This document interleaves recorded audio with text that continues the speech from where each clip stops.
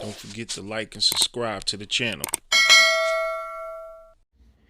In the name of Allah, who appeared in the person of Master Father Muhammad, to whom praises forever due, I could never thank him enough for raising up in our midst the exalted Christ and the Honorable Elijah Muhammad. And in his absence, I could never thank him enough for placing in his seat of authority the Honorable Minister Louis Farrakhan, who the world will soon come to know as the Messiah. Today's podcast is a touch-up, I would say. About 4 months ago, I touched on this subject. And the subject is Minister Farrakhan a deviation for practicing Ramadan with the Orthodox Muslims? So today is like a recap of that, and it also going to include a point that I missed on the last one. So first, this is X-Rays Podcast. I'm Tavares X. X-Rays Podcast. In the nation, the X stands for every member who has a slave name, for their last name. We receive an X to represent the unknown until we qualify for one of God's holy names, or God's holy qualities, I should say. So the X in our name represents that. The rays, another name for saying light is rays. So X-rays. So basically this show is just the Nation of Islam casting his light onto the world. But the underpinning meaning of this show is the X stands for examination, right? As we examine the rays of light that the Honorable Minister Louis Farrakhan gives off. So we want to go beneath the surface, just like an X-ray machine, because too many people dwelling on the surface when it comes to these teachings. And that's what led us to this show and this controversy that I'm dealing with right now.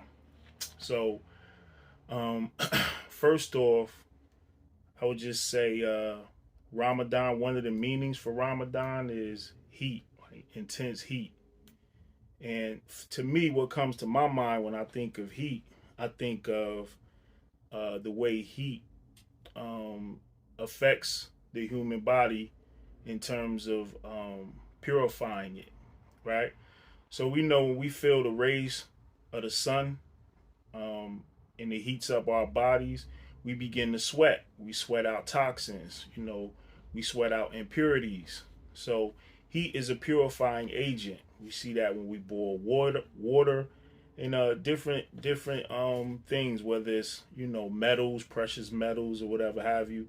But heat is a purifying agent. So to me, Ramadan does this for us spiritually, physically as well. But the core meaning is to rid ourselves of impurities in terms of thought and sin, right? That's really the whole gist of Ramadan itself. So first off, we're going to dive into this book right here, right? This powerful book right here, known as How to Eat to Live. We're going to touch on book 1 and book 2, right? So first thing off, I want to read from page 45, right? And this chapter is titled Why and How We Fast in December.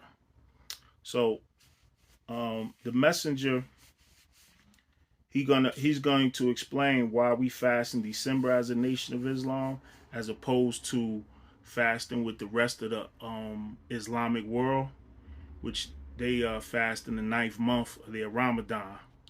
And that falls in different places during each year. It's an 11-day difference each year. So Ramadan can travel from the winter time through the springtime, through the summertime, fall, and winter. It falls in different places. It's an 11-day difference. So the messenger explains why he had his followers to practice Ramadan in December, right? And this is the reason that he gives. He says on page 45 at the top, I have chosen for quite a few years the month of December for my followers to fast in, as in the month of Ramadan. It serves as a sign that we, the lost and found nation, are the end of all signs pertaining to the pilgrimage and fasting in the month of Ramadan. Right? Now that's very key right there and specific. So he's saying to us that the rituals that you read about and you hear about in Islam, that they are really signs that point to black people here in America at this point in time. And he says, first thing he says was the pilgrimage. So if anyone is unaware, in Islam, it is required that all Muslims take a pilgrimage to the holy city of Mecca at least one time in their lifetime, right? And when you go there, you perform these different rituals, you know. So we're all encouraged. But the messenger is saying really that ritual that all Muslims do is really a sign pointing to this day and time right now. And here he explains what the sign is. He says, going to Mecca, making a pilgrimage to that city, as the 22nd surah says to you and me in the 27th verse.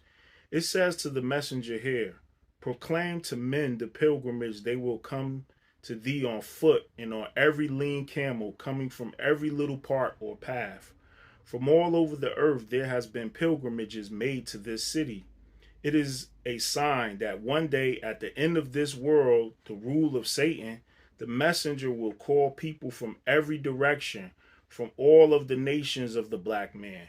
This is a sign of the resurrection, whereas whenever the real truth of God has been known and made manifest to the world through the mouth of that messenger in the resurrection, every human being who is originally of the nation or aboriginal nation of the earth will come to the knowledge of that one God, the truth, and to the knowledge of the one shepherd or that one divine messenger in that day.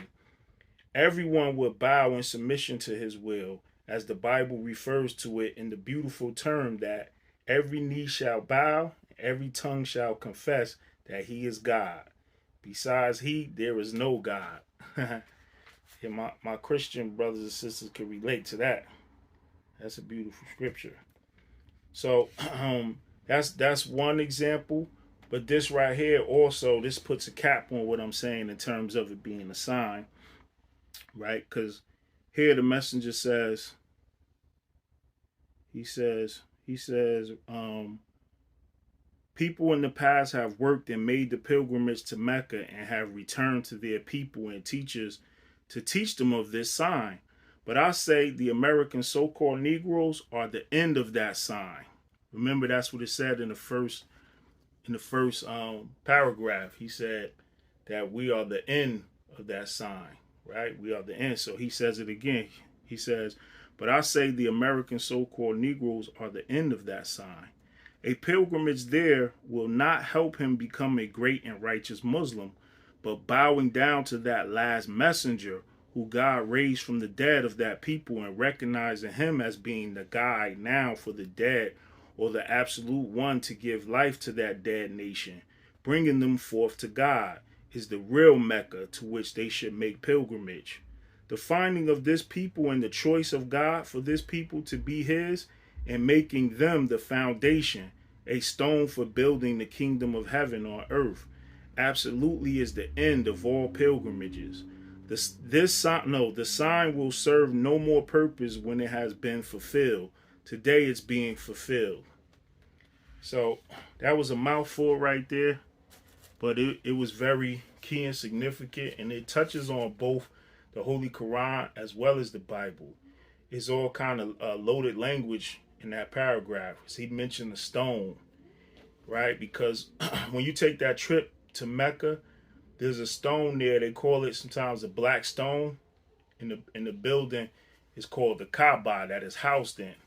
Is the black stone. So when Muslims go there, they circumambulate around this stone, right? Like 7 times they go around this stone. It's just a ritual. And basically the stone represents, the last messenger, and so to speak. So you see that also in the Bible. The Bible talks about a stone. It talks about a stone in the book of Daniel, right? Where it talks about it being like, something as small as a pebble. And it say it begins to roll downhill and pick up momentum, and it picks up mass, and it becomes large enough to where it knocked down this great figure made of clay and iron, silver, and gold. And it says that this stone becomes a nation. That's one reference. Another reference is in the New Testament where Jesus is speaking, and he's saying that he's the stone that the builders rejected. You know, none of the other builders saw any value in this stone, so they cast it away, threw it away. But the Bible says that God saw great value in that stone, and that he's going to use that stone to build his kingdom of heaven here on earth, right? And everyone that gets in line with that stone, that follows that stone, they also become a stone or a brick in this kingdom that God is building. So you see the correlation between Bible and Quran in this instance. So there, the Most Honorable Elijah Muhammad is just explaining to us, Ramadan and how it relates to us in terms of the symbolism. So that was one aspect where he said the pilgrimage, but if you recall, he also said fasting was a sign, right? In Ramadan, because in Ramadan, we fast during the daylight hours, right? We abstain from eating and drinking while the sun is up. As long as the sun is up, no drinking, no food, no arguing and bickering, none of these things. We just, keep up with our prayers, keep Allah on our minds, and, we try to do good towards each other and stay in a good spirit, right? So then when the nighttime comes, then we're able to drink, then we're able to eat and do these things. But the messenger explains that, right? Now we go to book 2, How to Eat to Live, book 2. He explains that what the fasting is a sign of, right? It's real interesting. He says on page 56, How to Eat to Live, he says, then after dark, we can eat and drink until the sun rises again the next day. The significances of this Arabic fasting in Ramadan is that the spiritual darkness of Yaqub's made man, the white race, eating and drinking, sport and play was the order of the white world until the daybreak of truth coming in the first of the 7,000 years after the 6,000 years of spiritual darkness and evil of the white man's world. Now that may be a little confusing to some, the language. You may not know who Yaqub is, but we put it in terms of the Bible. In both Bible and Quran, the wicked was given a time period to rule, right? And that comes up to about 6,000 years. Like we count from Adam, the Adamic race, to the coming of Jesus, the second coming of Jesus, that spans about 6,000 years. So you see that in the Holy Quran as well. He was given a time period to rule the wicked, Satan and the wicked that follow him. And at the end of his time, then God stops his reign, right? He uproots him from power, and his Messiah establishes his kingdom, and the wicked are destroyed, right? So that's what the messenger is saying. He's saying that during this 6,000 year period, like sport and play is the rule of the day. Like this world just promotes evil and a free for all. Do what you want to do. You want to eat this, even though God say don't eat it, like the Mosaic laws, he tell you don't eat swine, but some will come along and say it's okay.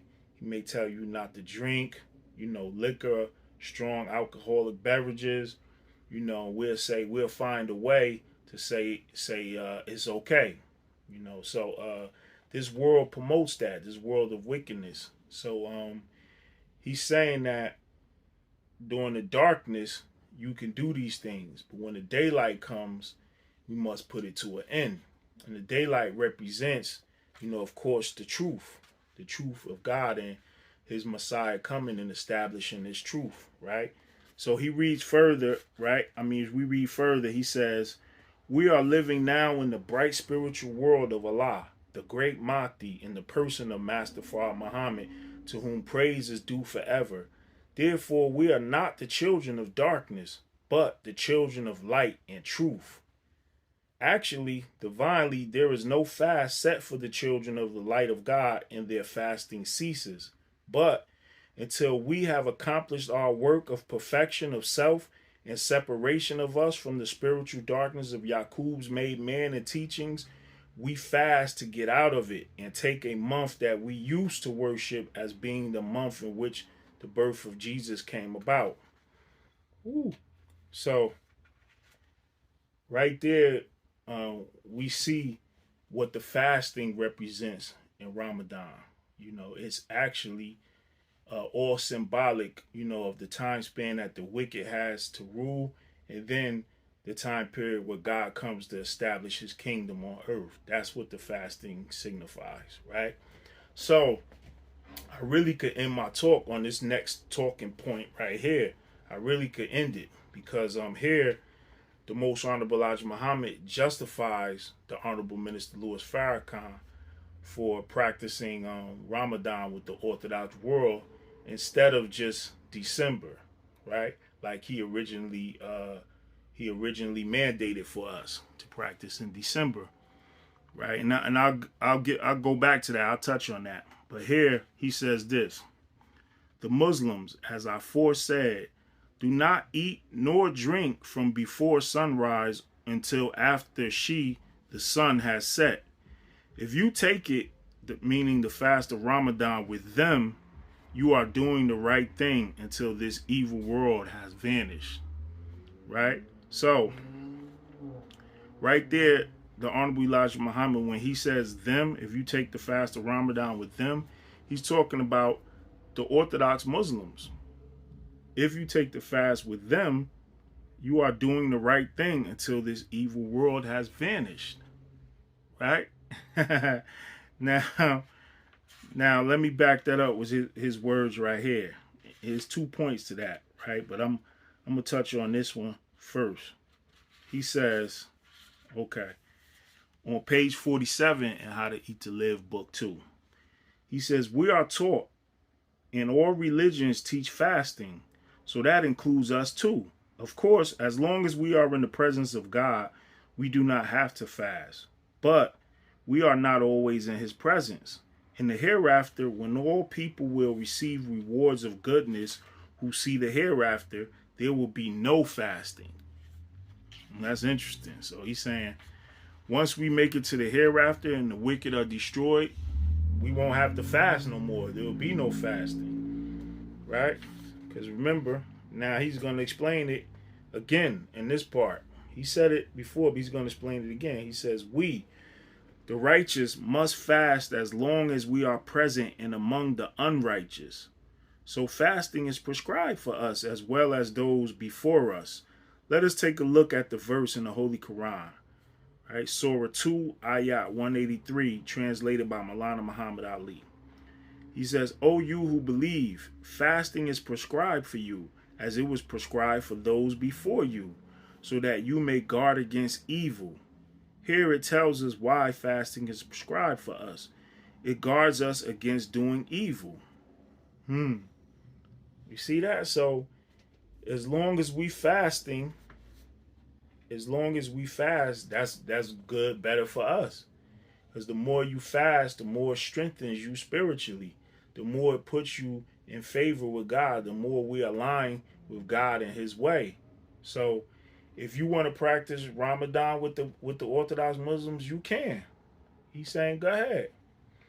The more fasting, the merry, the better. Right? So right here, the messenger explains why he moved it to December. Because we have some people that follow the Most Honorable Elijah Muhammad that don't follow the Honorable Minister Louis Farrakhan.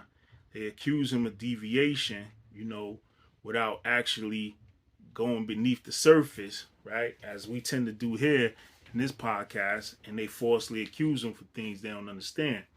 So here the messenger breaks it down, okay? Same page 48 of How to Eat to Live. He says, and I want to say this too as well. Let me tackle 2 points in one. Because some make the claim that the Most Honorable Elijah Muhammad, when he said, if you take the fast with them, you are doing the right thing. Some make the false claim that he's speaking to Christians, or he's talking to Christians and 85ers that's in the audience, right? That's their claim, that he's not talking to his followers, right? But right here, we kill that thought right here. He says, we here, right? And then in parentheses, it says, Elijah Muhammad and his followers. I prescribe for you the month of December to fast in. If you are able to take the fast instead of the regular month that travels through the year called Ramadan by the Muslims, the month in which they say Muhammad received the Holy Quran, right?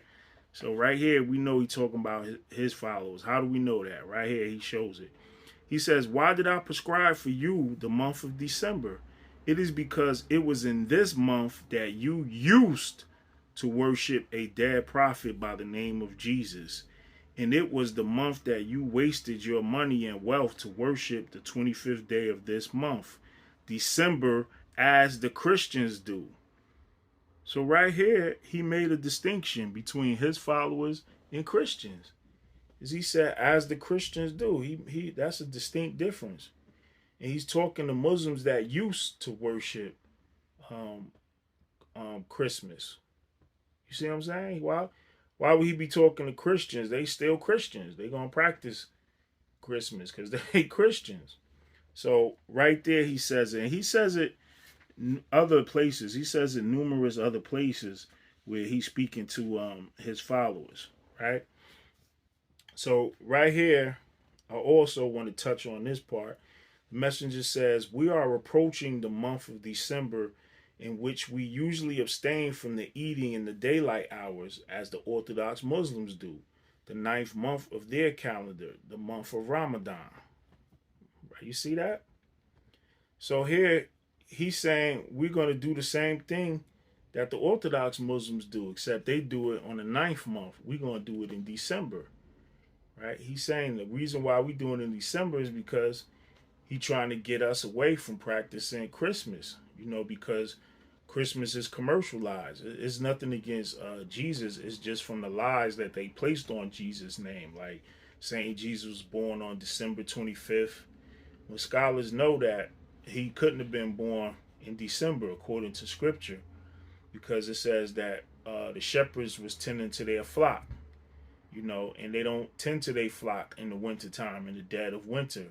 So the scientists, like scriptural scientists, know that Jesus wasn't born in December 25th. Well, that's a lie placed on him. And then the whole commercialized thing with the Christmas tree, Santa Claus, and all of that stuff is just false propaganda. And they play on the sympathies of you to spend all your money, waste your money on extravagant gifts, go in the poorhouse for feeling guilty, and wasting your money on excessive food and alcohol, So he's trying to get his followers away from that. So he decided, what? Instead of practicing with the Orthodox Muslims, we're going to practice it in December, because you got to keep in mind, this is during the 40s, 50s, and 60s when the messenger is talking to, his followers, or trying to get them away from Christmas.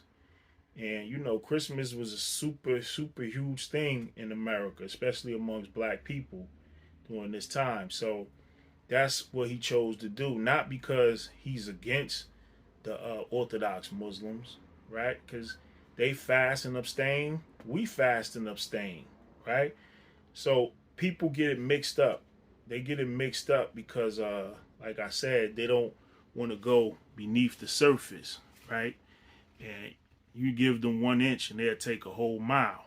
So what the Most Honorable Elijah Muhammad did say about the Arabs that practice Ramadan, the Orthodox world, he said he didn't agree with their reasoning for practicing Ramadan. That's what he said, right? And he says it right here too. He says, so do not fast as the other religious people fast, for they have different objects and ways in which they fast, which are against the meaningful fast that we take, right? So like I said, it's not that he was against it, but he said he didn't agree with their reasoning for fasting. And he went into it. He went into a couple of reasons why he didn't. He didn't accept their reasoning for fasting. And one of those is he said the Arabs say that they practice Ramadan because the Holy Quran was revealed in that month.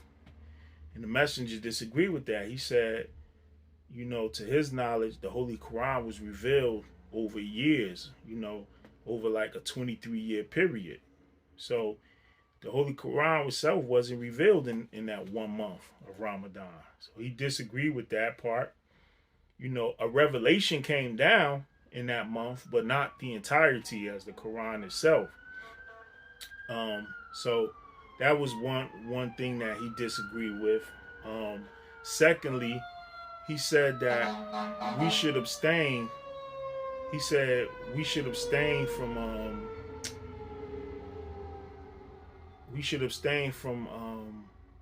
the reading in terms of their reasoning. I'm sorry, I got distracted and thought must be a fire or something around here.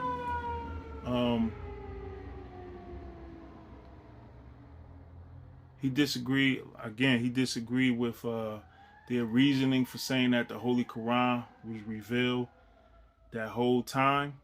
In terms of the 1 month, he said no.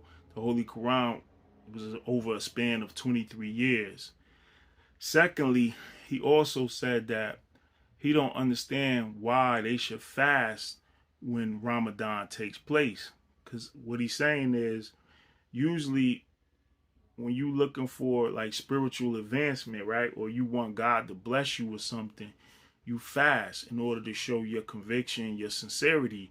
And you fast, like, for it. Like sometimes in the Bible, you see King David, his son was sick, and he fasted to God to save his son. So we do that in order to show our sincerity to God. So he's saying, why should we fast if the revelation was given to us?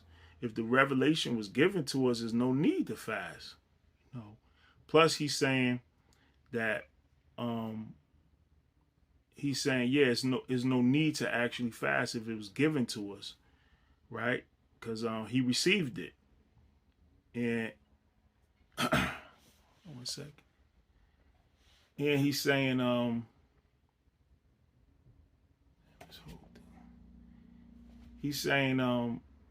that it was actually, we received the revelation, so it don't make sense to fast, that we should rejoice. We should actually rejoice during the month of Ramadan, because the revelation, this final revelation to the world, was presented and given to us. So we should rejoice. So he disagreed with that.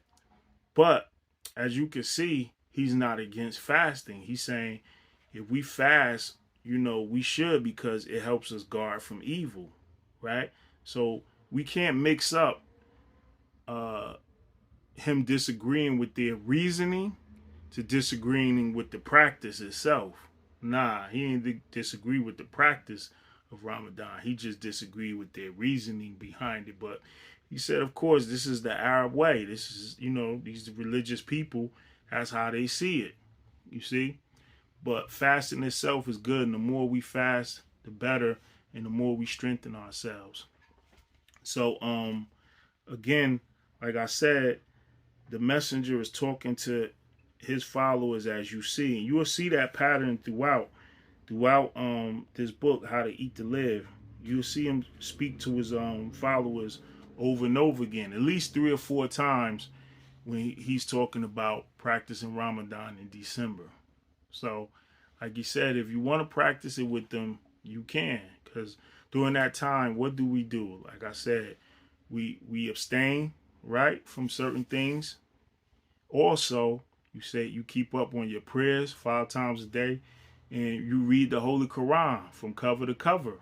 So how can that be a bad thing?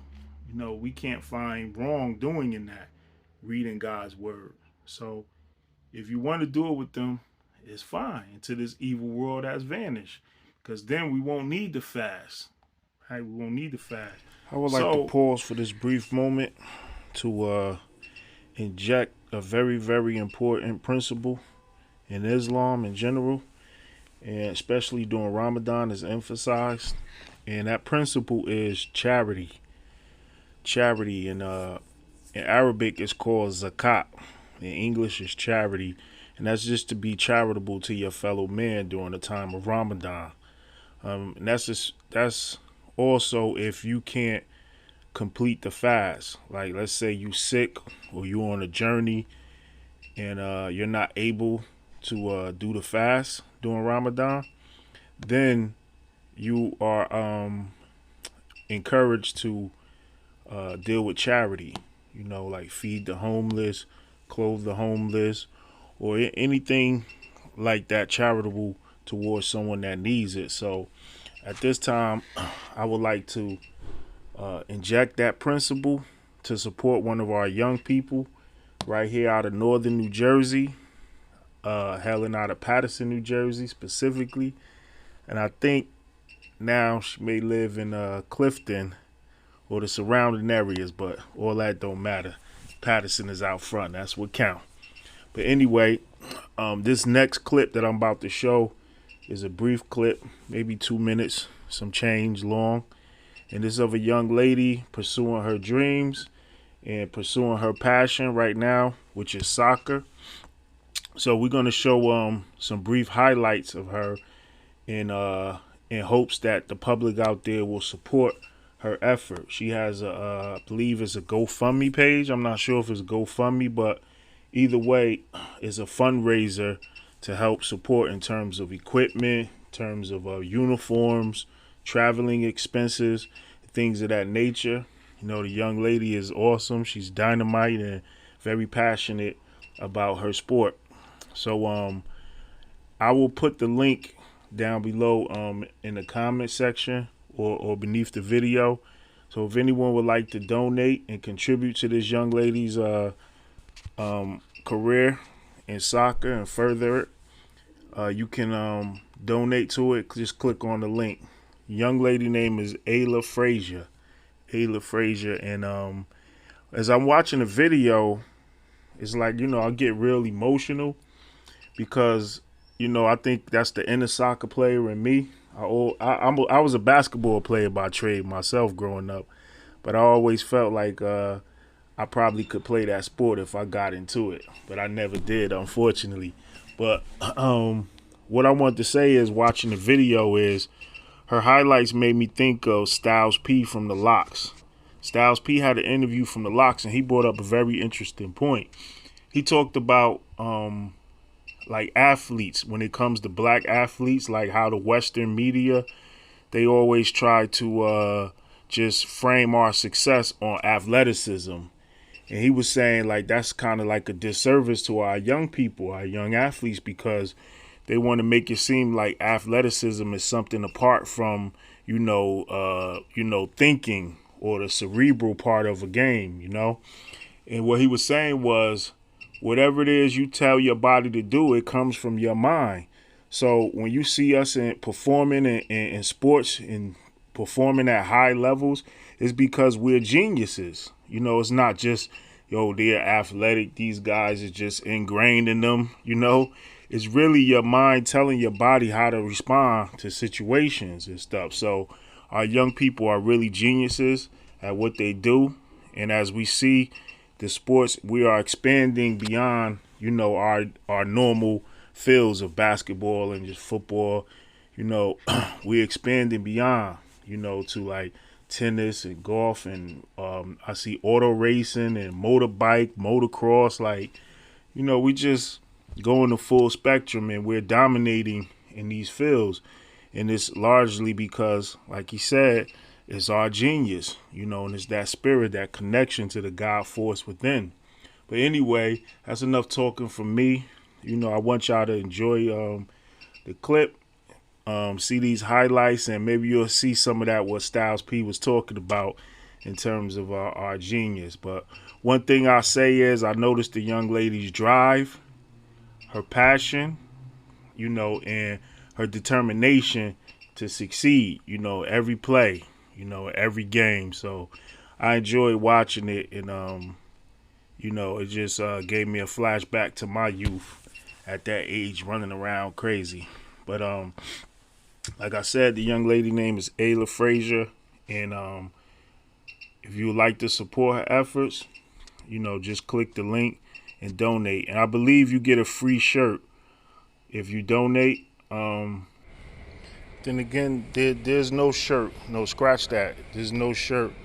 But you could donate to Zelle.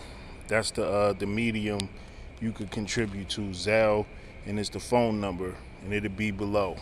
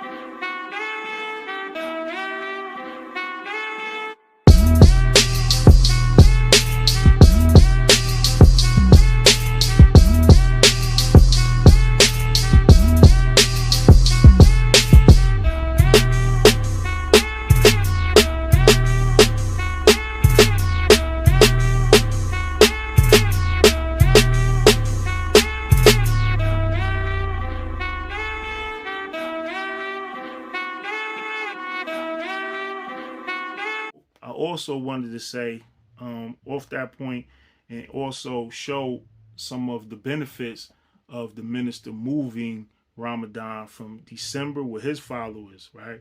So I guess maybe around the late 80s, the Honorable Minister Louis Farrakhan decided that he would practice Ramadan with the Orthodox Muslims instead of just doing it in December like the Honorable Elijah Muhammad mandated, right? So, people made a big stink about it. But what they don't know is the Most Honorable Elijah Muhammad gave certain directives to Honorable Minister Louis Farrakhan. Minister Farrakhan was his national spokesman, his national representative. So, of course, they had meetings and they had talks, that they had personally, and instructions that was given to him personally that may have not been given to the collective. You see? But one of the things the minister said to us was the messenger told him to find a way to unite with the Orthodox world. He said find a way. He didn't tell him how to. He just said find a way to unite with them. Right? So the minister, the good student he is and the faithful son that he is of the Honorable Elijah Muhammad, he decided, okay, we could start with a ritual, because we have that ritual in common, even though their reasoning is different, right? So he said, oh, we can practice Ramadan with them. That's a way of bridging the gap there. One way of bridging the gap. So we know this is truth, and this could be verified because in the Muhammad Speaks, right, which is the newspaper that Most Honorable Elijah Muhammad used to publish, he would write it. He would write about uniting with the Muslims from the East, right? Sometimes he would have his cartoonist draw. You'll see drawings with Muslims from the East sometimes, and we have the brothers from the West, right? Black people from America shaking hands with them, right? In several publications, like several editions of the Muhammad Speaks newspaper. And then sometimes you'll see them locking hands with African brothers too from over there. So we know for certain that was a wish or aim of the Most Honorable Elijah Muhammad to unite with them, right? So you have some people going off on Arabs and, talking bad about them. And the Most Honorable Elijah Muhammad didn't speak in that manner, right? As a matter of fact, in the Theology of Time lecture series, the messenger spoke about the Arabs, right? And he said it was himself, it was Herbert and his son Akbar, right? His two sons, Herbert and Akbar, was with him, and they was at the airport, and he was speaking to the owner of the airport. He was a half owner. The Arab, like his father was the other owner. He was co-owner. And he was talking to the messenger, and he said he had tears in his eyes, and he was saying that he wanted to come over here and fight for us. He seen that we being mistreated and everything, and he said, he loved us to that degree that he wish he could fight for us, but he said he knows that we don't understand, because we don't have no knowledge of ourselves or the enemy, we wouldn't understand. So the messenger goes on in the book, and he was saying, imagine that we have people over there that love us, we like laugh at them or mock them, not knowing. And he was saying, also, he said he spoke of people in Damascus, right, that help design his home. They helped build the home of the Most Honorable Elijah Muhammad. Beautiful architecture. And he just noted, these people from over there, so he didn't have this anti-Arab feel that we try to stamp on him nowadays, And we see this because in different other writings, the messenger talk about how he went to the East, to the Holy Land. And he speak of going to Arabia, he speak of going to Jerusalem and these different places. He went to Africa, and he talked about how he was a guest of honor there, from the least to the greatest. Like, meaning from high officials of that land to common people. And he said they all treated him with respect and love and acknowledged him as their Muslim brother. And he acknowledged them as his Muslim brother, despite that we have different understandings of the Holy Quran, right? Despite that, he didn't go over there and say they believe in me, per se. He never said that. But he still acknowledged them as his brother in the faith, because that's what Muslims are. Like, once you become a Muslim, you become our brother, in the faith. So that was the goal. So the Honorable Minister Louis Farrakhan made that move in the late 80s, and as we see, it paid off. It paid off. He followed the instructions of our messenger and our savior, and that's to make friendships in all walks of life. right? So after the minister threw the Million Man March, right, which is historic landmark in our history, right, where he invited 1 million black men to come to the Capitol in Washington D.C. and make atonement for our wrongdoing to God and each other and to our families. So he asked for 1 million to show up, but 2 million showed up instead. 2 million showed up, and this was, it was like a spectacle across the world. C-SPAN, CNN, all the news coverage covered the event. So it went around the world, sent shockwaves throughout the world. And people just marveled at it, because during that time we had negative images of ourselves, from the things they promoted in the news, always showing us committing crimes and, black people have done this, black people do that, they making gangster music, they referring to their women as bees and hoes, like just a terrible image. They rob you, they kill you. But this was a day of peace, and the whole world got to witness it. Like, this is our true spirit, without all the weight of America burden, holding us down. This is who we really are. And we stood up. We stood up in ranks, and it was a sight to behold. So after this happened, the minister went on world friendship tours. He went on several world friendship tours, and he just made friends for us across the world. And that culminated with brother Muammar Gaddafi. Muammar Gaddafi, he extended to the Honorable Minister Louis Farrakhan for his leadership $1 billion. He wanted to gift him $1 billion for his leadership. Now, of course, the United States, they pulled the penalty. they pulled the penalty, and they had a law on the books that you can't accept like gifts from people on the terrorist list. So during maybe like the mid '80s, they had put Muammar Gaddafi on a terrorist list. They falsely accused him of I think setting off a bomb in a discotheque in Russia, and also they accused him of blowing up Pan Am Flight 103, and they never did prove it. Actually, it was really a false charge. So later, Muammar Gaddafi was actually exonerated shortly before he was assassinated during the Obama administration. He was exonerated and invited to America, and he did come. But they ended up assassinating him. Hillary Clinton, I believe, had a big part in that, and it was during the Obama administration. So one of the reasons they did that was because Muammar Gaddafi was the president of the USA, which stands for United States of Africa, and they was trying to make Africa like one currency, one world currency, where it wouldn't be different mediums of exchange. Like the money, they would just have one money throughout the whole continent, and that would have strengthened Africa beyond belief. It have became a superpower overnight.